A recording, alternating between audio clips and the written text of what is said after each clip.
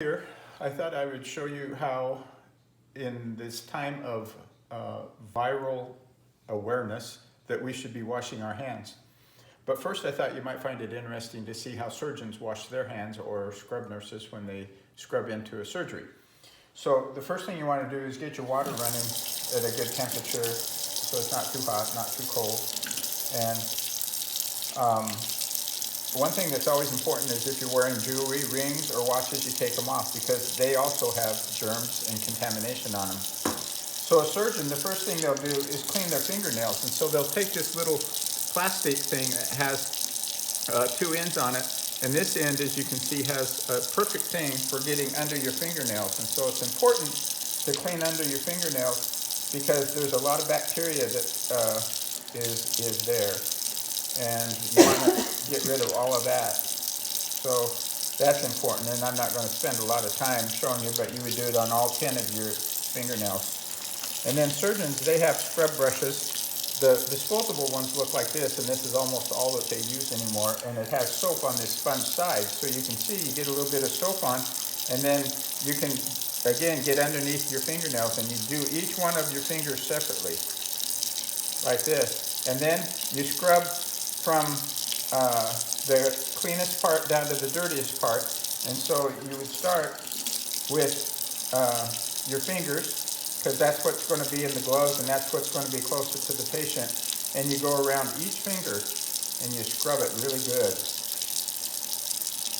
And then you scrub the back of your hand, and then the front and the palm, the fingers, and in between the webs of your fingers. And then you just keep working your way all the way down to your elbow. And then when you rinse your hand off, you don't stick it under like this, where then the water from your dirty arm goes down and covers your hand. You go underneath like this. And then you would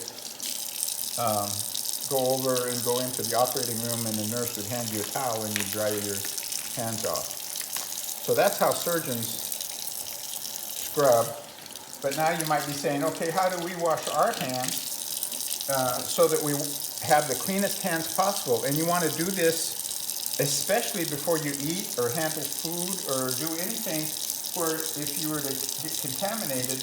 Or come home from school. Yeah, come Or home come from in school. from playing. Yeah, come in from playing, or you've been out doing something like yard work or working in the dirt, or if you've been with Cabo and you've or the kitty cats and or out with the chickens or anything.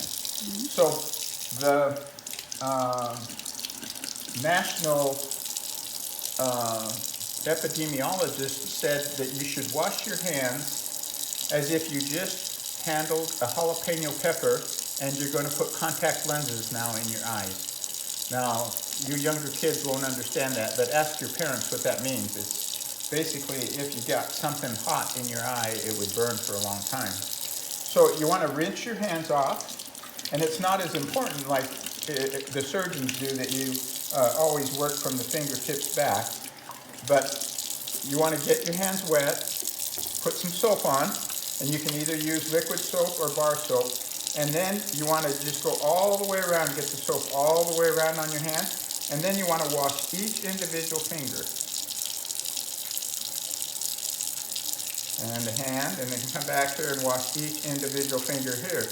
Now without a scrub brush or without that little plastic thing, you're not going to be able to get under your fingernails. But your moms and dads probably have a fingernail file type thing that you could get under your fingernails and clean your fingernails if you've been out playing in the dirt and they've gotten dirty.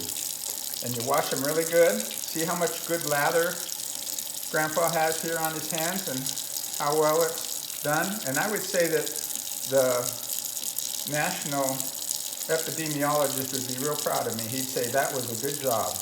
Or maybe for the kids, they can sing happy birthday. Yeah? I think 2 or 3 times. Twice. Sing happy birthday to me twice. Okay. So happy birthday you've already done it to twice. me. Happy birthday to me. Happy birthday, dear Grandpa. Happy birthday to me. Twice. And then rinse your hands off.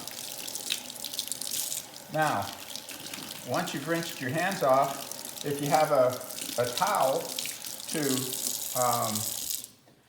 dry your hands off, that's fine. But if you're like in a restroom, a public restroom, and they have paper towels or those paper machines that give you a piece of paper, I always, once I dry my hands off, then when I go out the door, I keep the paper in my hand and I use this, especially if there's a door handle, to go over. So I'll like show you over here on our door handle.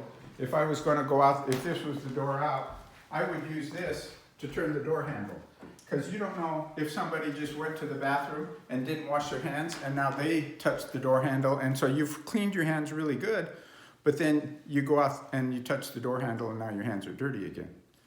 So that's really important that you do that when you come in from playing, when you've been outside and worked in the garden or gotten your hands dirty, but especially before you eat.